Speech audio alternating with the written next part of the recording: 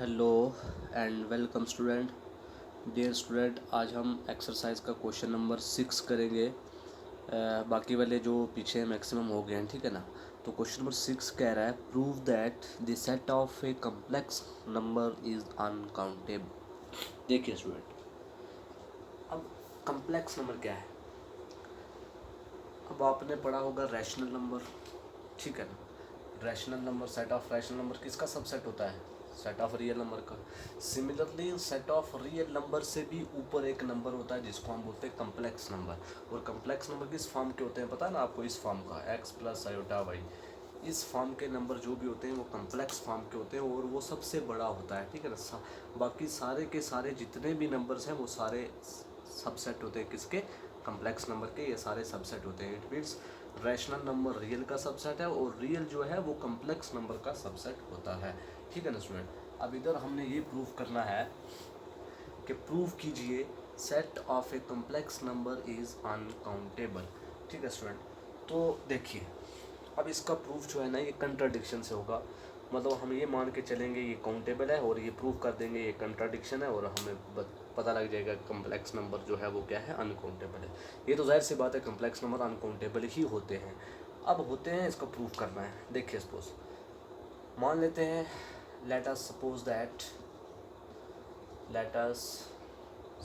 That suppose ये करते हैं कि जो कम्प्लेक्स नंबर है वो क्या है? Countable. Let us suppose that a complex number is countable. मान लेते हैं ये क्या है? काउंटेबल है, ठीक है ना स्टूडेंट। अब अगर काउंटेबल है, अब आपने एटमोस्ट काउंटेबल की डेफिनेशन पढ़ी होगी। एटमोस्ट काउंटेबल मैंने आपको पढ़ाया नहीं था शायद, लेकिन बुक में है ऑलरेडी, ठीक है ना। एटमोस्ट काउंटेबल क्या होता है कि subset of A countable set. Countable के सबसेट को ही हम एटमोस्ट काउंटेबल कहते हैं। अब ये क्या है? काउंटेबल। तो इट मीन्स इसका जो सबसेट होगा वो क्या होगा? एटमोस्ट काउंटेबल होगा। तो इसका भाई मैंने क्या कहा? एटमोस्ट काउंटेबल क्या होता है? जो काउंटेबल का सबसेट होता है। अब मैंने कम्प्लेक्स नंबर को ये मान के चला कि ये क्या है? काउंटेबल है। अगर ये काउंटेबल है तो इसका एक सबसेट भी होगा जिसको हम एटमोस्ट काउंटेबल कहेंगे। तो हम लिखेंगे ये चीज़ हो जाएगी। तो दैट इज़, इसका मतलब ये है that is it is a subset. एक इसका सबसेट होगा विच इज़ क्या होगा? एटमोस्ट काउंटेबल, जिसको हम एटमोस्ट काउंटेबल कहेंगे। अब वी नो दैट, हम जानते हैं, क्या जानते हैं भाई? सेट ऑफ कम्प्लेक्स नंबर का सबसेट क्या होता है? और रियल जो है वो सबसेट होता है कम्प्लेक्स नंबर का सेट। कम्प्लेक्स नंबर कैसे लिखते हैं, ठीक है ना। हम जानते हैं कि इसका सबसेट क्या होगा? Real number. अब रियल नंबर मैंने बोला जो सबसेट होगा काउंटेबल का वो एटमोस्ट काउंटेबल होता है। तो आप बताओ मुझे, आर जो है ये क्या होता है? जो आर है ये एटमोस्ट काउंटेबल होता है कि अनकाउंटेबल होता है? भाई आर जो है ना ये एटमोस्ट काउंटेबल नहीं होता। ये आपको मैं प्रीवियस लेक्चर में बता चुका हूँ। जो आर है ये एटमोस्ट काउंटेबल, मतलब इसका मतलब यही हुआ ना, इसका मतलब यही हुआ ना कि अगर सी काउंटेबल है और उसका एक सबसेट होगा जो एटमोस्ट काउंटेबल होगा। अब उसका सबसेट है आर, तो इट मीन्स दैट इज़, ऐसे लिख सकते हैं हम, that is R is a at most countable. इसका मतलब हुआ कि आर तुम्हारा क्या है? एटमोस्ट काउंटेबल है। अब आर एटमोस्ट काउंटेबल तो ये ट्रू है, ये which is not possible. Because क्योंकि रियल नंबर जो होते हैं वो अनकाउंटेबल होते हैं। याद रखना, पीछे मैं बता चुका हूँ आपको काउंटेबल कौन कौन से होते हैं और अनकाउंटेबल कौन कौन से होते हैं, ऑलरेडी बता चुका हूँ। तो रियल जो हैं वो अनकाउंटेबल होते हैं। तो it means which is a contradiction in our assumption, कि जो हमने अजम्पशन अज्यूम किया था, सपोज किया था, वो काउंटेबल था। तो ये कंट्राडिक्शन आ गई। तो so our supposition is wrong, hence set of a complex number is uncountable. I hope आपको समझ आया होगा स्टूडेंट, ठीक है। अब उसके बाद क्वेश्चन नंबर जो है, क्वेश्चन नंबर नेक्स्ट जो है ना वो है क्वेश्चन नंबर 7 आपको बिल्कुल आसान सा है, ये आप लोग खुद कर लोगे। क्वेश्चन नंबर 8 देखिए। 8 क्वेश्चन नंबर का फर्स्ट पार्ट कह रहा है कि अगर ए काउंटेबल है। 8th क्वेश्चन का फर्स्ट पार्ट कह रहा है कि अगर ए कोई तुम्हारा क्या है? काउंटेबल है, ठीक है। और एफ ऑफ ए से बी तक एक सर्जेक्टिव मैप है, बी या सर्जेक्टिव मैप। सर्जेक्टिव मैप का मतलब वो ऑन टू है।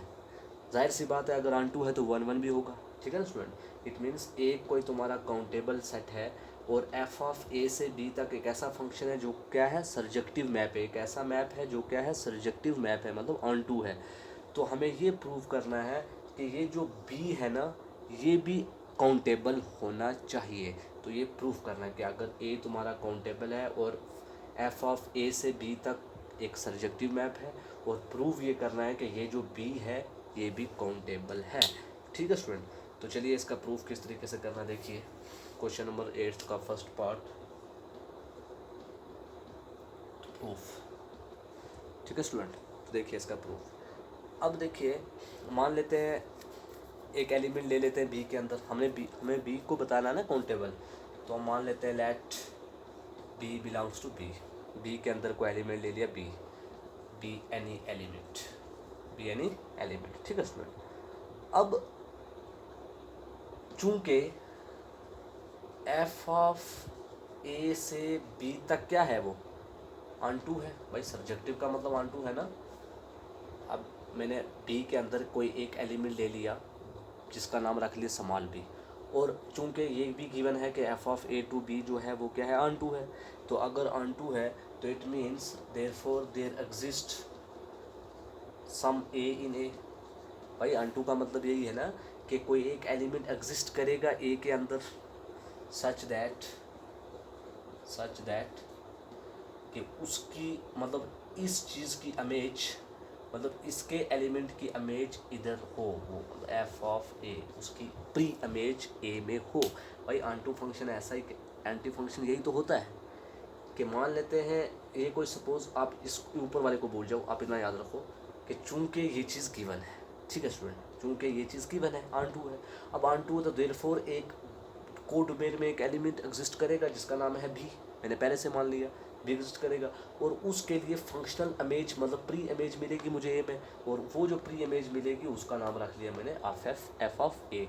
तो इट मीन्स वही लिखा कि there exist some A in A such that F of A equal to B, मतलब एफ ऑफ ए मतलब इस बी की इमेज इधर बनेगी एफ ऑफ ए। जैसे ए की इमेज उधर बनती है तो एफ ऑफ ए से लिखते हैं, ऐसे बी की इमेज एफ ऑफ बी से भी लिखो या एफ ऑफ ए लिखो, क्योंकि ए के अंदर ए एलिमेंट ले रहा हूँ तो इसलिए मैंने एफ ऑफ ए लिखा, ठीक है student.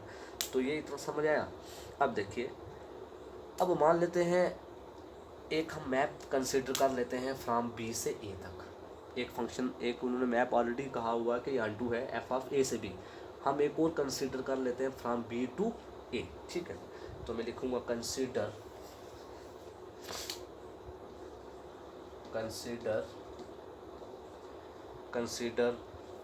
a mapping G of B से ए। बी से एक मैप कंसिडर कर लेता हूँ मैं, और वो इस तरीके से डिफाइंड है, defined by G of B equal to A. पता है ना भाई, बी में एलिमेंट क्या है, बी के अंदर एलिमेंट बी है, तो उसका वो किस तरीके से डिफाइन होगा, जी ऑफ बी, मतलब ए के लिए जी ऑफ बी होगा, और ए में एलिमेंट लिया मैंने ए, मतलब वो इस तरीके से डिफाइन है। जैसे अभी मैंने ऊपर बताया कि ए से बी तक जो फंक्शन है वो किस तरीके से डिफाइन है, F of A equal to B. Similarly B to A के लिए होगा G of B equal to A, ठीक है ना। तो ये डिफाइन हो जाएगा फॉर ऑल, आप लिख सकते हो for all B in B, ठीक है स्टूडेंट। अब देखो, अब क्लियरली ये जो मैप जी है, ये जो मैप जी है बी से ए तक, ये आपको क्लियरली दिख रहा है भाई कि ये फंक्शन क्या है, 1 1 भी है और ऑन टू भी है। क्यों? क्योंकि एक तो गिवन है कि ए से बी फंक्शन ऑन टू है, तो बी से ए भी ऑन टू ही होगा। अब अगर ऑन टू है तो वो 1 1 भी होगा ही, क्योंकि जो ऑन टू होता है वो मैक्सिमम 1 1 ही होता है। तो इट मीन्स हम लिख सकते हैं क्लियरली, अगर वैसा नहीं करना चाहते आप इसको चेक भी कर सकते हैं, ठीक है ना।